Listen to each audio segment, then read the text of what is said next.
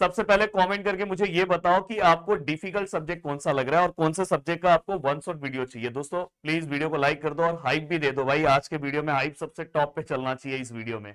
और सभी को हैप्पी दशहरा, और बहुत ही ऐसे अच्छे तरीके से अपनी चीजें कंप्लीट करो। दोस्तों आज आप दशहरा आप सभी लोगों को, और आज मैं आपको बहुत बड़ा डिस्काउंट दे रहा हूँ हर कोर्स के ऊपर। चाहे आप एप्लीकेशन में जो भी कोर्स लेना चाहते हो, आपको मैकेनिक्स डिफिकल्ट लग रहा है, मैथ डिफिकल्ट लग रहा है, जो भी हो, तो प्रोग्रामिंग का आपको डिफिकल्ट लग रहा है, जिस भी कोर्स से आपको जुड़ना होगा, पीजीए 200 सभी कोर्स से 200 रुपीज का डिस्काउंट दे रहा हूँ भाई। फटाफट जाओ प्रदीप गिरी एकेडमी एप्लीकेशन डाउनलोड करो, जिसका लिंक डिस्क्रिप्शन में दिया है, और भाई पढ़ सकते हो, नोट्स भी रहेगा और बहुत अच्छे से आप अपना पूरा का पूरा सिलेबस खत्म कर सकते हो। और गाइस बताना चाहूंगा, अगर कुछ डाउट है कि कैसे क्या करना है तो डिस्क्रिप्शन में नंबर दिया हुआ है, डायरेक्ट उस पर कॉल कर सकते हो, कॉल करके इंक्वायरी कर सकते हो। बट गाइस ये आज बस शाम तक ही रहने वाला है, ओके?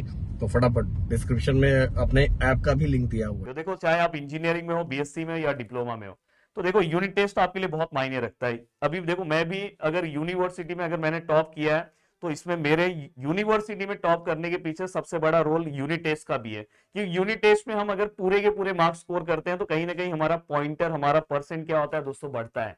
तो ये चीज आपको अपने दिमाग में रखना है, चाहे आप इंजीनियरिंग, बीएससी या डिप्लोमा के स्टूडेंट हो। इंजीनियरिंग के अगर आप स्टूडेंट हो दोस्तों, तो इंजीनियरिंग और डिप्लोमा से रिलेटेड हमारे प्रदीप गिरी एकेडमी जो हमारा एप्लीकेशन है, जिसका लिंक डिस्क्रिप्शन में दिया है दोस्तों, बहुत सारे कोर्सेस आपसे रिलेटेड अलग अलग यूनिवर्सिटीज के बने हुए हैं। आप उससे ज्वाइन हो सकते हो, और आने वाले टाइम में 1 या 2 वीक में बाकी के यूनिवर्सिटी के भी कोर्सेस आने वाले हैं। तो आप आराम से उससे जुड़ सकते हो, अपने स्टडी को बहुत ही अच्छे से कंप्लीट कर सकते हो। हाँ, बीएससी वालों का अभी तक मैंने एप्लीकेशन पे कोई कोर्सेस लाया नहीं है, पर जल्दी मैं ट्राई करूंगा कि आपसे रिलेटेड भी कोर्सेस लेकर आने के लिए। इसलिए आप अपना सिलेबस मुझे भेज सकते हो कि सर ये मेरा सिलेबस है, सर मुझे भी आपसे पढ़ना है और आपसे रिलेटेड कोर्स मुझे चाहिए, मेरे सिलेबस से रिलेटेड आप प्लीज कोर्स बना दो। अब देखो दोस्तों, सबसे पहला पॉइंट जो आपके सक्सेस में, जो आपके यूनिट टेस्ट के सक्सेस में लिखा जाता है दोस्तों, अगर आप सक्सेसफुल बनना चाहते हो, यूनिट टेस्ट में फुल मार्क्स लाना चाहते हो, तो सबसे पहले आपका पैटर्न पता होना चाहिए। अगर समझो आपने यूनिट टेस्ट 1 और यूनिट टेस्ट 2 अगर दोनों में आपने मिला के, दोनों में आपने जितना भी मार्क्स निकाला उसका सब दोस्तों टोटल किया जाता है, और उस टोटल का दोस्तों एवरेज निकाला जाता है। जिस तो उस एवरेज के अकॉर्डिंग आपको क्या किया जाता है दोस्तों, मार्क्स दिया जाता है, और ये मार्क्स आपके फाइनल एग्जाम में काउंट होता है। ये चीज ध्यान रखना दोस्तों, ये फाइनल एग्जाम में, फाइनल यूनिवर्सिटी के मार्क्स में दोस्तों ये मार्क्स काउंट होता है। तो ये आपको पता होना चाहिए, चाहे आप इंडिया की जिस भी यूनिवर्सिटी से हो, तो ये चीज आपको क्लियर कट पता होनी चाहिए कि यहाँ पे आप जितना मार्क्स स्कोर कर सकते हो उतना स्कोर करो, तो आपका पॉइंटर बढ़ता है। ये ध्यान रखना, ज्यादा पढ़ना नहीं है, कम पढ़ के भी ज्यादा मार्क्स स्कोर कर सकते हो। अब देखो यहाँ पे, अब यहाँ पे अगर आप ध्यान से देखो, कम पढ़ के आप ज्यादा मार्क्स कैसे स्कोर करोगे वो भी ट्रिक बता रहा हूं, पहले उसके बेनिफिट समझ लो।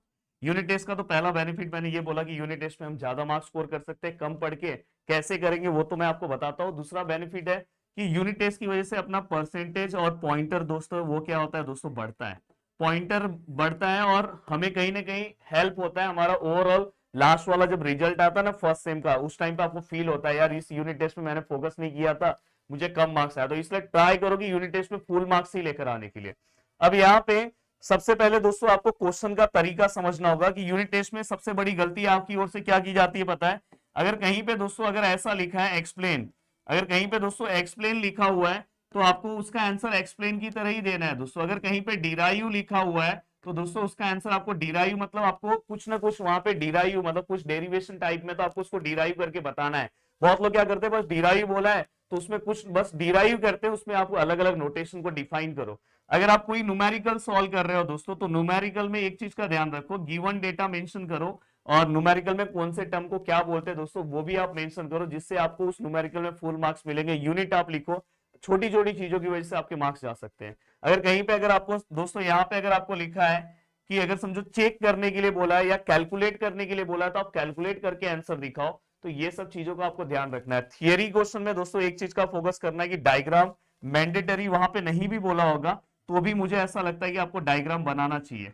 तो मैंने आपको एक वीडियो भी बना के दिया था कि आपको इंजीनियरिंग के पेपर किस तरह से लिखने चाहिए, या डिप्लोमा या बीएससी में हो तो पेपर, थियरी पेपर कैसे लिखने चाहिए यूनिवर्सिटी के, जिसका लिंक मैं आपको डिस्क्रिप्शन में दे दे रहा हूं, उस वीडियो को भी आप जाके देखो। तो ये चीज आपके लिए बहुत मायने रखती है दोस्तों।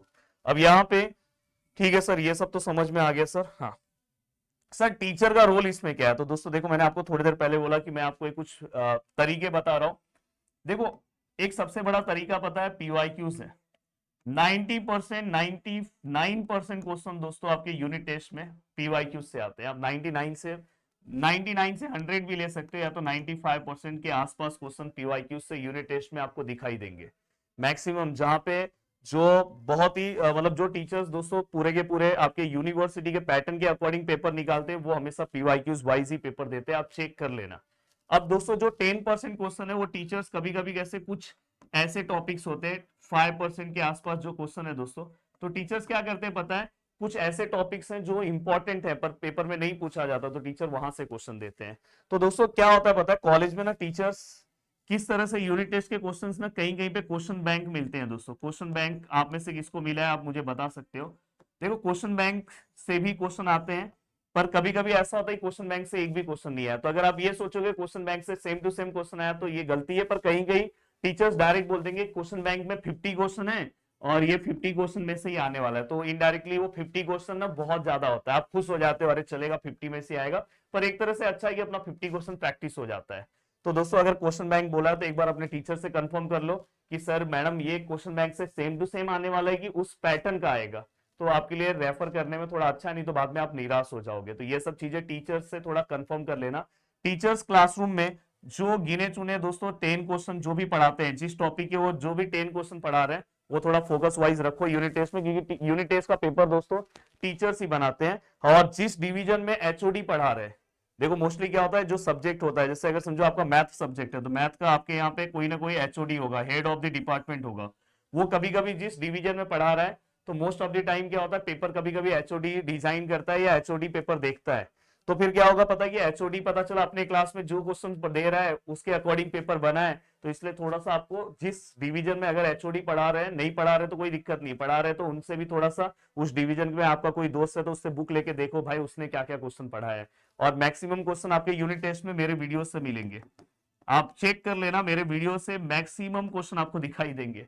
मेरे वीडियोस में आप जब सम सॉल्व करोगे, सबसे अच्छा आपके पास एक ऑप्शन है, मेरे आप कोर्सेज से जुड़ जाओगे तो मैक्सिमम पीवाईक्यूज तो मैंने वहीं पे सॉल्व करा के दिया है, तो आपका काम सीधा सीधा एकदम बहुत इजी हो जाएगा दोस्तों। तो वहां पे आपके लिए कम टाइम में और आराम से अपना यूनिवर्सिटी वाइज आप पूरा का पूरा प्रिपरेशन कवर कर सकते हो। प्रदीप गिरी एकेडमी एप्लीकेशन डाउनलोड कर लो। ठीक है सर, ये आपने बहुत अच्छा बताया सर। प्लानिंग, देखो मैं प्लानिंग आपको ये बोलना चाहता हूँ कि अभी देखो यूनिट टेस्ट आपका जितने तारीख से भी स्टार्ट हो रहा है आप नीचे डेट बता सकते हो, पर आपको कम से कम ना दोस्तों 5 डेज प्लानिंग करना चाहिए।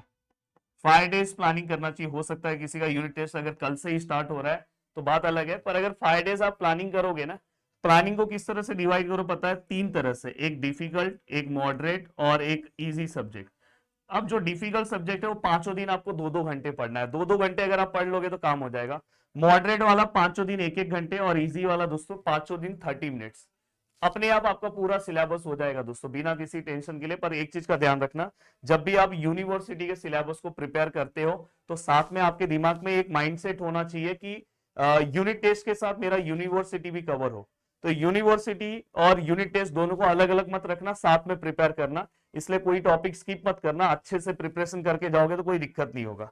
अब बात आती है सर डिफिकल्ट सब्जेक्ट को हैंडल कैसे करें। तो दोस्तों देखो जो डिफिकल्ट सब्जेक्ट है, जैसे अगर मैं बात करूं मैकेनिक्स, किसी को अगर मैकेनिक्स है, मैं अगर इंजीनियरिंग की बात करूं, या आप डिप्लोमा स्टूडेंट हो बेसिक मैथमेटिक्स है, भाई ये सब कोर्स ना अपने एप्लीकेशन पे अवेलेबल, अगर आपसे पॉसिबल हो तो वहां से ले सकते हो, या तो अपने यूट्यूब चैनल से पढ़ सकते हो।